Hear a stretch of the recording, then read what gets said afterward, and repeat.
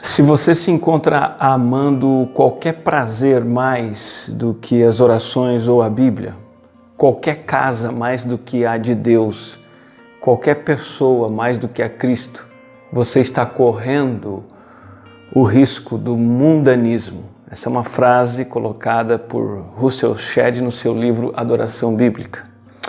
Com ela eu quero começar essa reflexão sobre a lista de pessoas citadas por Paulo em Colossenses capítulo 4, do verso 7 ao 17.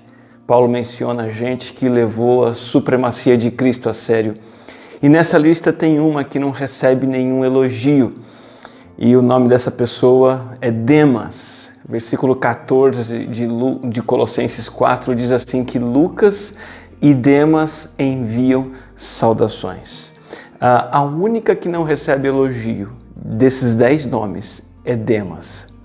Demas é um homem que é 3 vezes mencionado no Novo Testamento e a história triste. A primeira menção a Demas é essa de Colossenses 4, em que Paulo diz que ele envia saudações à igreja de Colossos. Só é dito isso, ele saúda a igreja, provavelmente porque ele estava em Roma, à distância com Paulo, então essa saudação é enviada. Saudação não é pouca coisa. A ideia de saudação até hoje, principalmente naquele tempo, traz o sentido de aproximar-se, e mesmo que não seja presencialmente, mas de coração. Saudar é cumprimentar, é desejar o bem. Saudar é transmitir alegria, é expressar respeito. Inclusive na época antiga, uma saudação presencial era feita não meramente por um pequeno gesto e poucas palavras. Geralmente envolvia abraços, beijos, uma viagem até mesmo chegava a se atrasar por causa de uma saudação que era tão prolongada. Saudar tinha um significado sério e profundo. Demas é um homem que tinha uma conexão especial com os crentes de Colossos. Não foi à toa que essa saudação foi enviada. A segunda menção a este homem no Novo Testamento aparece em Filemão, verso 23, quando Paulo também diz que Epáfras envia saudações a Filemão, assim como Marcos, Aristarco, Demas e Lucas, cooperadores. Essa carta de Filemão, que é simultânea à carta aos Colossenses, deve ter sido escrita na mesma época em que Paulo, preso em Roma, escreve para Colossenses, escreve também para Filemão. Demas está junto com Paulo, ele manda saudações, mas tem algo mais aqui. Paulo inclui Demas na sua lista de cooperadores. Você já deve saber que cooperador é um companheiro de trabalho, cooperador é um colaborador, é alguém que trabalha junto. Demas fazia parte do staff missionário, um time de peso que estava multiplicando cristãos e igrejas em todo o Império Romano. Muito provavelmente, essa palavra cooperador significa que Demas fazia muito mais do que trabalhos braçais. Ele esteve envolvido de alguma forma com o trabalho de ensino, evangelização, ele pregava, ensinava, doutrinava como membro de um time de ponta. Perceba que Demas aparece junto com Epáfras. Epáfras é um fundador de igrejas. Junto com Marcos. João Marcos é o escritor do segundo evangelho. É um homem-chave tanto para Paulo, apóstolo, quanto para Pedro. Demas é citado junto com Aristarco, um homem que suportou provações e perseguições em Éfeso, na Macedônia, Jerusalém e Roma, um verdadeiro guerreiro. E Demas também é mencionado junto de Lucas, o médico pessoal, o amado pelo apóstolo, que escreveu o terceiro evangelho e que escreveu o livro de Atos. Que time de peso! E Demas está ali. Você pode imaginar tudo que Demas presenciou, tudo que ele ouviu, tudo que ele experimentou enquanto esteve envolvido com Paulo, com o time apostólico, com a igreja de Cristo, com a obra de Cristo. Mas a terceira menção a Demas é uma menção muito triste. 2 Timóteo, capítulo 4, e esse é o versículo que eu quero destacar agora, ele vai dizer o seguinte, o apóstolo Paulo escreve em 2 Timóteo 4, verso 10, o apóstolo Paulo diz o seguinte: procure vir logo ao meu encontro, verso 9, pois Demas, amando este mundo, abandonou-me e foi para Tessalônica. Demas, amando este mundo, abandonou-me e foi para Tessalônica. Esse oitavo personagem que Paulo cita em Colossenses 4 é o cristão que se desvia. Esse companheiro de Paulo desertou o apóstolo enquanto este estava preso em Roma e voltou a Tessalônica.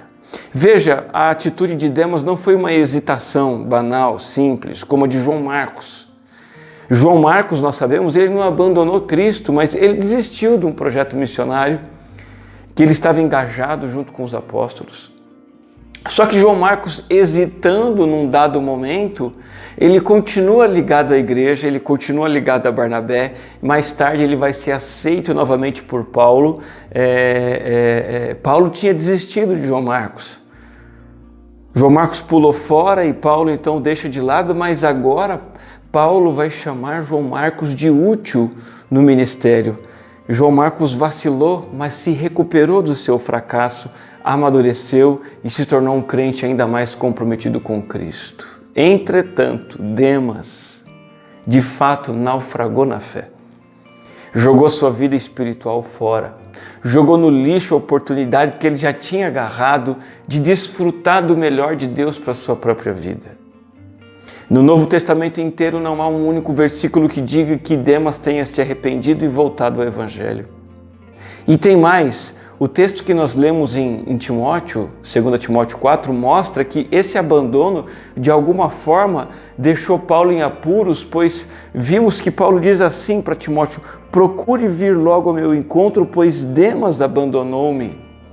Veja, ele é um desertor que deixou um buraco, deixou uma lacuna que Timóteo deveria ocupar. Agora, ele abandonou a troco de quê? Nós vimos o texto dizendo que, amando este mundo, Demas abandonou o apóstolo Paulo. A troco de quê? Em troca dos bens e prazeres efêmeros deste século. Ele colocou sua satisfação, seu contentamento, ele acolheu o mundo, ele decidiu alegrar-se no mundo, ele preferiu gostar do mundo mais do que do reino do Senhor Jesus Cristo.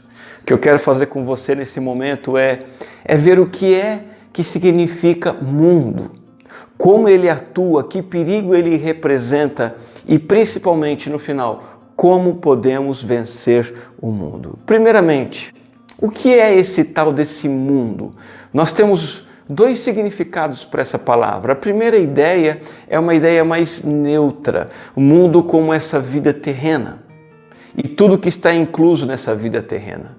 Os bens materiais, as realizações, os prazeres, os aplausos deste mundo. Convenhamos, este mundo tem o seu fascínio. Essa expressão que Paulo usa, que Demas amou o mundo, pode ser chamada de materialismo.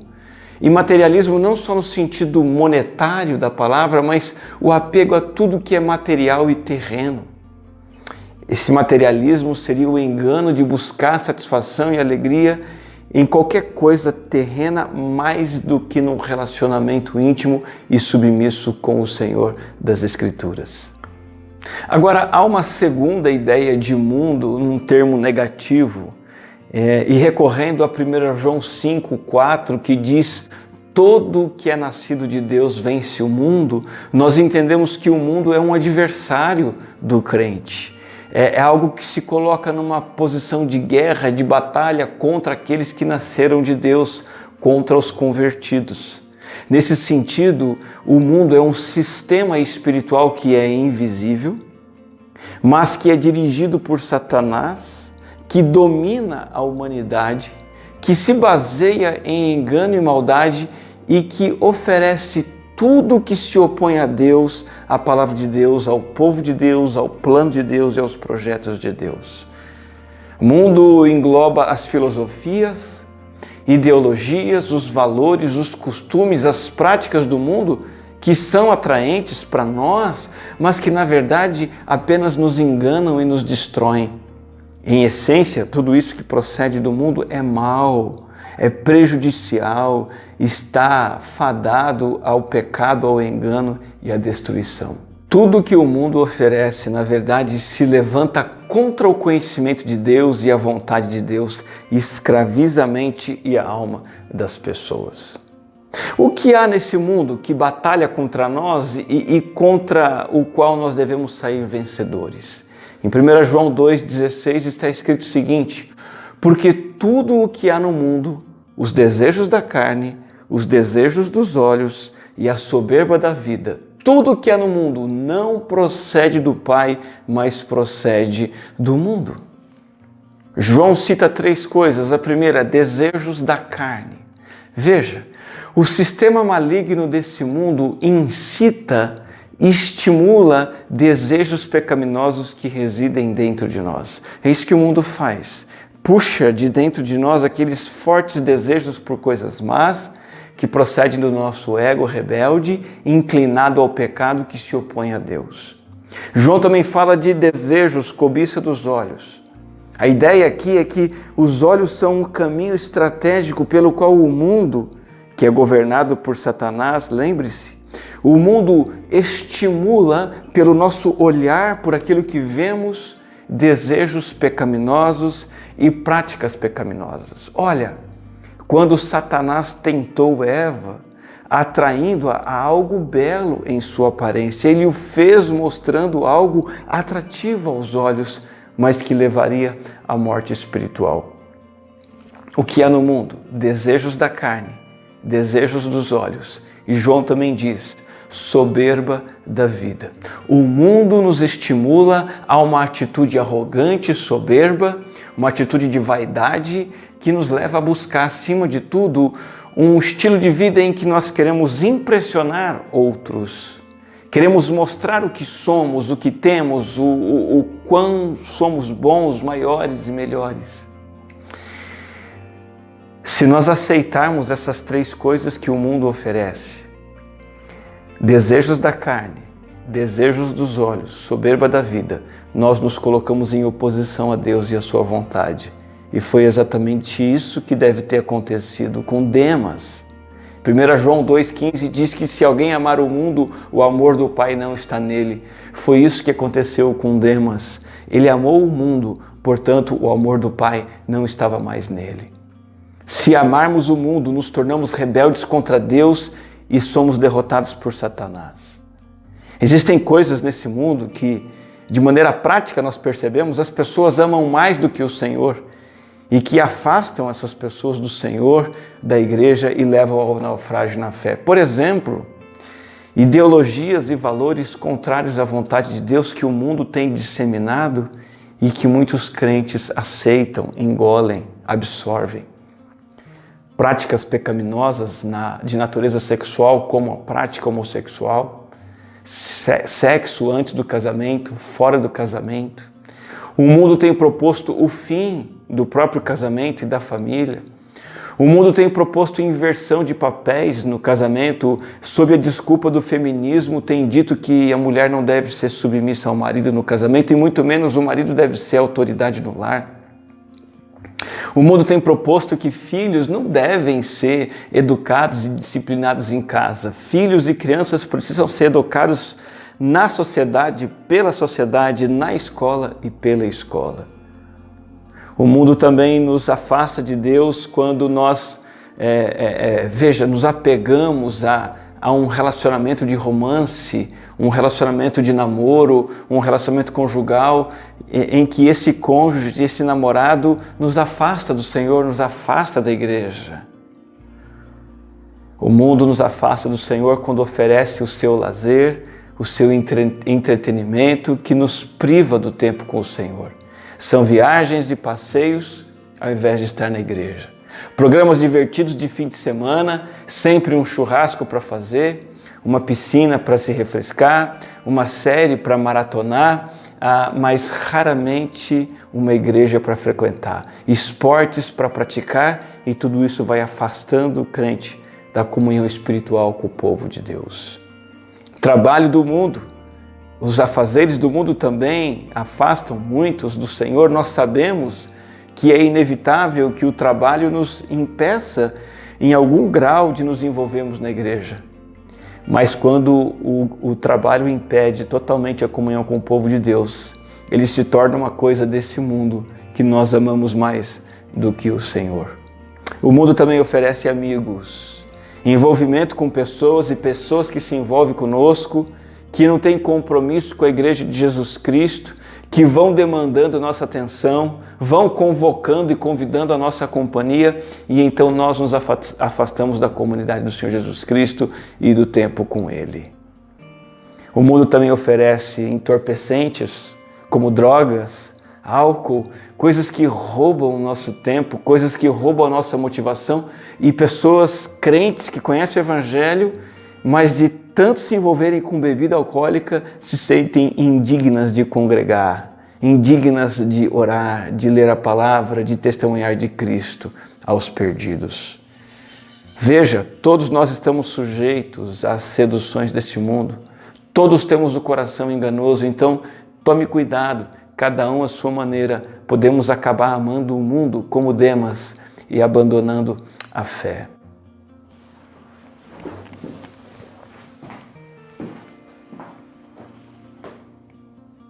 O mundo atua de maneira silenciosa e lenta.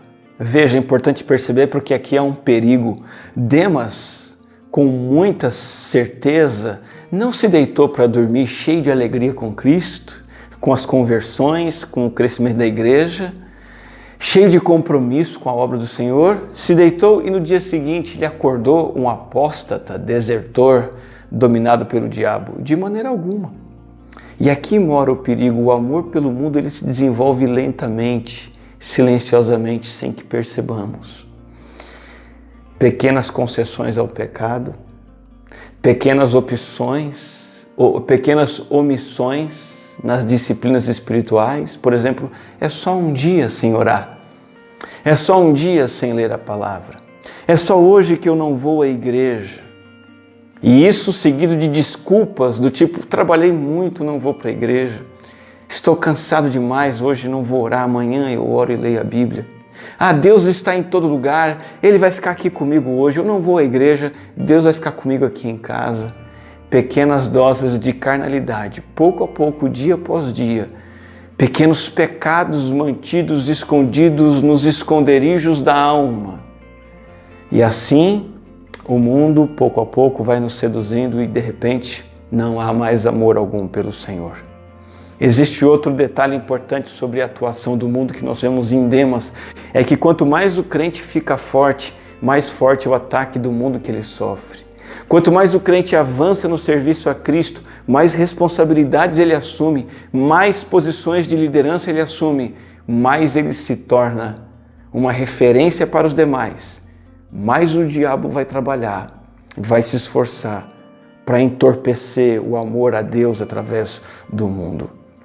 Quando os líderes, os que se engajam na obra do Evangelho, se consolidam como ministros de Deus, se tornam alvo especial dos ataques do mundo e do diabo. O diabo quer derrubá-los.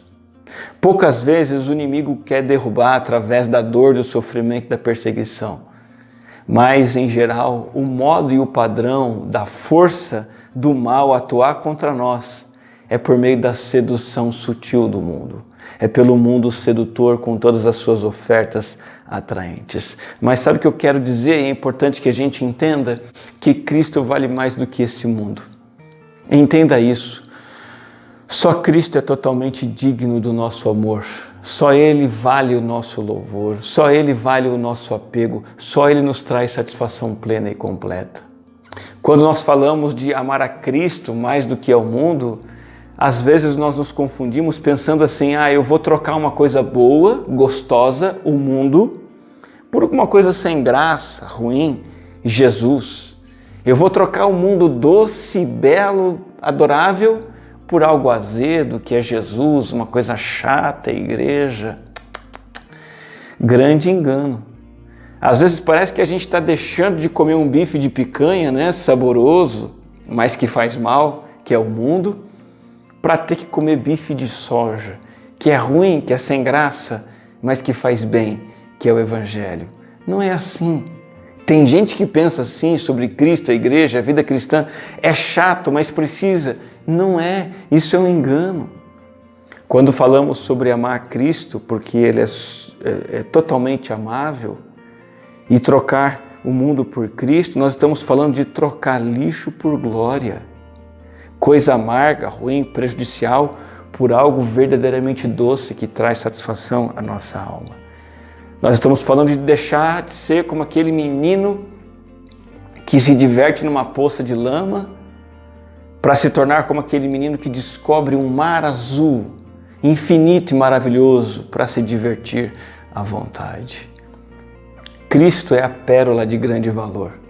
Cristo é o tesouro no campo que vale a pena que nós deixemos tudo para abraçá-lo. E Demas pode ter encontrado essa pérola, Demas pode ter achado esse tesouro ou não, mas o fato é que ele desvalorizou isso e acabou abandonando isso e amou este mundo.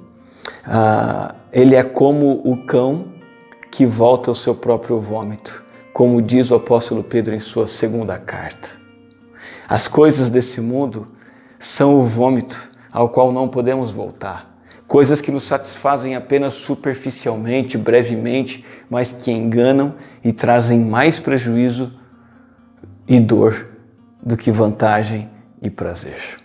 Eu quero caminhar para a parte final dessa mensagem dizendo para você: toma cuidado com a síndrome de Demas. Toma cuidado com o efeito Demas. Um camarada que envia saudação à igreja, aos irmãos, que tem conexão com a igreja de Jesus, que trabalha junto com o povo de Deus pela causa de Cristo, chega a alcançar um cargo elevado de colaborador, missionário adjunto, que presencia a graça de Deus na vida de várias pessoas, de várias cidades, que vê gente saindo das trevas para a luz, que vê e participa de centenas de batismos, talvez ele tenha batizado também. Alguém que discipulou novos convertidos, pregou, serviu, que teve o privilégio de ouvir e ver de perto a obra pelas mãos do grande apóstolo Paulo, mas que trocou tudo isso pelo fascínio desse mundo. Milhares e milhares de cristãos, obreiros, líderes e até pastores, desde a época de Paulo até os nossos dias, têm seguido os passos de Demas. Você pode conhecer alguém, talvez você esteja perto disso, talvez isso esteja acontecendo com você ou já tenha acontecido com você. Sabe, todos nós temos a necessidade e a obrigação de lutar em oração e lutar com esforço e empenho por nós mesmos e por outros, para que perseveremos na palavra e orar e lutar para que outros também perseverem. Sejam quais forem a condição e a situação que se encontrem, temos que lutar, clamando para que o amor a este mundo não corrompa, nem substitua o amor a Deus. A pergunta importantíssima que eu deixo aqui e quero responder é: como vencer a batalha contra o amor ao mundo? Esse amor que nos leva a abandonar a fé. 1 João capítulo 5, versículo 4 diz que todo aquele que é nascido de Deus vence o mundo. Há um chamado para nós quando nos achegamos a Cristo. O cristão é chamado de vencedor, aquele que vence. Em Jesus Cristo podemos levar uma vida vitoriosa de verdade. A palavra vitória significa superioridade verdadeira, sucesso avassalador sobre um adversário. É como numa luta de jiu-jitsu ou MMA em que um lutador derrota o outro por finalização. É isso que o crente deve e pode fazer sobre o mundo. É Deus e não o mundo que deve ocupar o primeiro lugar na vida dos cristãos. 1 João 2,15 diz: não amem o mundo nem as coisas que há no mundo. É Deus e não o mundo que deve ser o alvo do nosso amor, do nosso afeto e da nossa devoção. No verso 15, o apóstolo João escreve: se alguém amar o mundo, o amor do Pai não está nele. Sabe o que isso significa? Ou você é um cristão genuíno, marcado pelo amor a Cristo, pela obediência a Deus, ou você é um não cristão que está em rebelião contra Deus, que está apaixonado e escravizado pelo sistema desse mundo que é controlado por Satanás. Mas o cristão genuíno, ele vence o mundo. No versículo 5, João vai dizer: quem é que vence o mundo, senão aquele que crê que Jesus Cristo é o Filho de Deus? Jesus Cristo é o vencedor. Ele venceu o mundo. João 16:33 diz: tenham coragem, eu venci o mundo. Então, por causa da nossa união pela fé com Cristo, nós tomamos partido na vitória de Cristo. A conquista, a superioridade e o sucesso sobre o mundo e tudo que o mundo oferece. Que vitória é essa? Como obtê-la? Aqui na carta de João nós vemos 3 características do cristão que vence o mundo. Primeira característica é a fé salvadora. Verso 1, todo aquele que crê que Jesus Cristo é nascido de Deus. Todo aquele que crê que Jesus é o Cristo é nascido de Deus. Fé salvadora é crer que Jesus de Nazaré é o Messias prometido pelo Senhor Deus. É aquele que Deus enviou lá do céu para nos salvar dos nossos pecados. E quem crê nesse Jesus nasce de novo e se torna apto a vencer o mundo. Por quê? Porque entra num relacionamento permanente com o Deus Criador por meio da fé. Fé é mais do que mera aceitação intelectual. Essa fé salvadora no Jesus como o Messias prometido e enviado a esse mundo para nos salvar dos nossos pecados, essa fé salvadora é uma dedicação também permanente de todo o coração a Cristo Jesus. Então a primeira característica do crente que vence o mundo é a fé salvadora. A segunda característica é o amor. Verso 1. João diz: e quem ama aquele que o gerou, ama também o que dele é nascido. O vencedor não apenas crê em Deus e em seu Filho, mas também ama. Ama tanto o Pai quanto o Filho. E ama todo aquele que dele é nascido, o Filho e todo o povo de Deus, que é nascido de Deus pela fé em Jesus Cristo. Para vencer o mundo, as minhas afeições, os meus interesses, as minhas prioridades, para que eu seja um cristão vencedor, essas coisas precisam estar dirigidas a Deus e ao povo de Deus e não ao mundo que está em trevas. Você não pode amar as coisas do mundo, o que as redes sociais desse mundo oferecem, o que as pessoas desse mundo dizem, os entretenimentos, as festas, a comunhão com este mundo. Para que você vença o mundo, o seu amor precisa estar voltado para Deus, o seu Filho e para o povo de Deus, a igreja do Senhor Jesus Cristo. O cristão vencedor, ele tem fé salvadora, ele ama a Deus e as coisas de Deus. Em terceiro lugar, ele pratica a obediência a Deus. O apóstolo João escreve: nisto sabemos que amamos os filhos de Deus, quando amamos a Deus e praticamos os seus mandamentos. Porque este é o amor de Deus, que guardemos os seus mandamentos. E os seus mandamentos não são difíceis de guardar. Só pode vencer o mundo aquele que é nascido de novo pela fé em Cristo, que ama a Deus e o seu povo e que demonstra esse amor pela prática diária da obediência àquilo que o Senhor diz. Há um processo constante em movimento na nossa vida, ou de esfriamento ou de aquecimento. À medida em que eu sei quais são os mandamentos de Deus e não os cumpro, pelo contrário, o desobedeço, eu vou esfriando. Mas à medida em que eu sei o que Deus diz e pratico o que Deus diz, eu vou me aquecendo. Veja, ou eu estou esfriando até que o mundo me engole e me afasta do Senhor, ou eu estou me aquecendo na fé e fugindo e abandonando cada vez este mundo que está em trevas. Então o cristão vencedor é aquele que experimenta na sua vida esse tripé de fé salvadora, amor e obediência. O cristão crê em Jesus Cristo, Filho de Deus, ele ama a Deus e o povo de Deus e ele obedece os mandamentos do Senhor e tem a obediência como um padrão de comportamento diário. É assim que nós não nos tornamos como Demas, o crente que saúda o povo de Deus, o crente envolvido com a obra de Deus, mas que abandona essa obra e naufraga na fé. Tome cuidado com o mundanismo É um perigo sutil e lento que está o tempo todo assediando cada um de nós. Eu gostaria de orar com você para encerrar esse momento de reflexão. Senhor, bendito seja o teu nome, graças te damos por nos alertar quanto a este perigo espiritual chamado mundanismo. Que nós nos apeguemos à fé em Cristo Jesus, aquele que nos resgatou do pecado e das trevas. Que nós cresçamos em nosso amor pelo Senhor, pela sua palavra, pelo seu povo. E que nós, a cada dia, cresçamos também na prática da obediência àquilo que o Senhor nos diz, para que não sejamos derrubados pelo engano do mundanismo. Que tua graça nos acompanhe nesse grande desafio, em nome de Jesus. Amém. Amém. Que Deus abençoe grandemente a sua vida.